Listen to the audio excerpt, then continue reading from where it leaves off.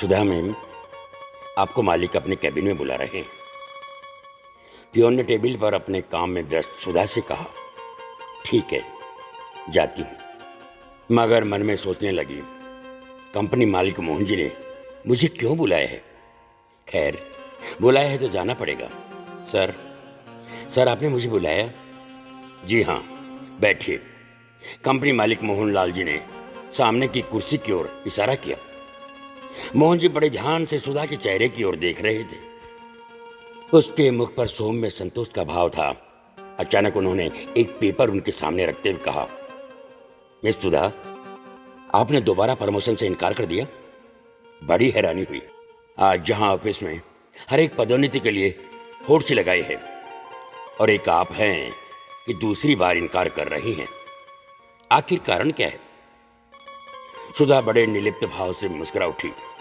Sir जिंदगी में इच्छाएं अनंत हैं।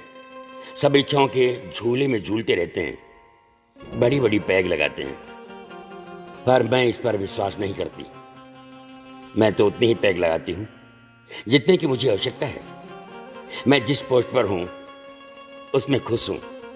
मिस सुधा, मैं आपको लगभग 3 वर्षों से देख रहा हूं। कंपनी में मैनेजर सहित तमाम कर्मचारी आपके काम की तारीफ करते हैं, मगर तरक्की किसे नहीं पसंद। आखिर कोई तो कारण होगा जो आप मुझसे छिपा रही हैं। एक गौरवशाली पद, गाड़ी बंगले की सहूलियत, बड़ा शहर, भला किसको आकर्षित नहीं करता। जिंदगी एक सुनहरे मोड़ पर आपका इंतजार कर रही है और आप मोड़ की ओर जाना ही नहीं चाहती। अच्छा, एक मालिक और कर्मचारी के नाते, ना सही एक दोस्त के नाते ही सही, कुछ तो बताइए। सुधा ने गंभीर मुद्रा में एक बार मोहन जी की ओर देखा और फिर बोली, सर मुझे मेरे माता पिता के प्रति अपना धर्म आकर्षित करता है।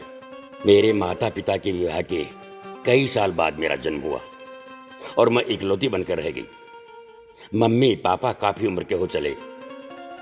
आप तो जानते हो कि एक पौधा कहीं भी मिट्टी में पनप जाता है, पर वृक्ष नहीं। उन्हें यहाँ रहना पसंद है। यहाँ वे जिंदगी जी रहे हैं, हंसी खुशी।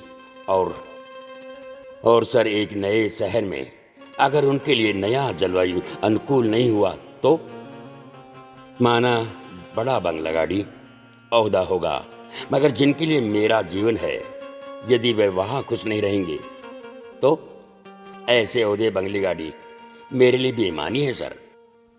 अतः मैं ये जगह छोड़कर नहीं जा सकती। मगर आपने अब तक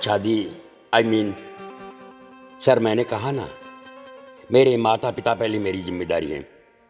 और आजकल ऐसे लड़के नहीं मिलते जो लड़की के माता पिता की भी सेवा करने की अनुमति दें।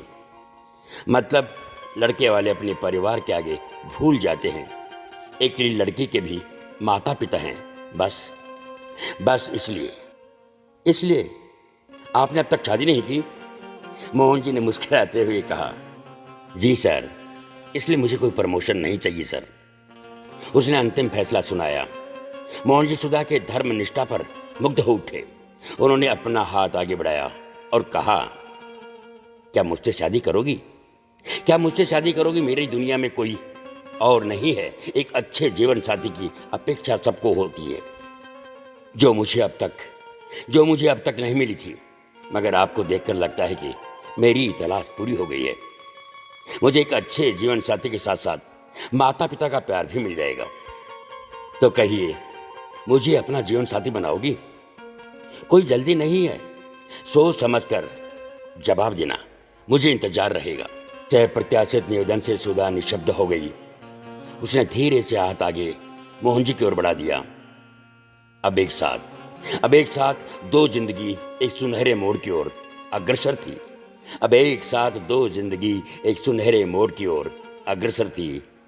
थी। दोस्तों, ये प्यारी सी कहानी द क्यूट स्माइल फेसबुक से ली गई है। इसका वीडियो रूपांतरण कर स्वर देने का प्रयास किया है। हम हैं पूर्णमल पारिक, जॉन भाई।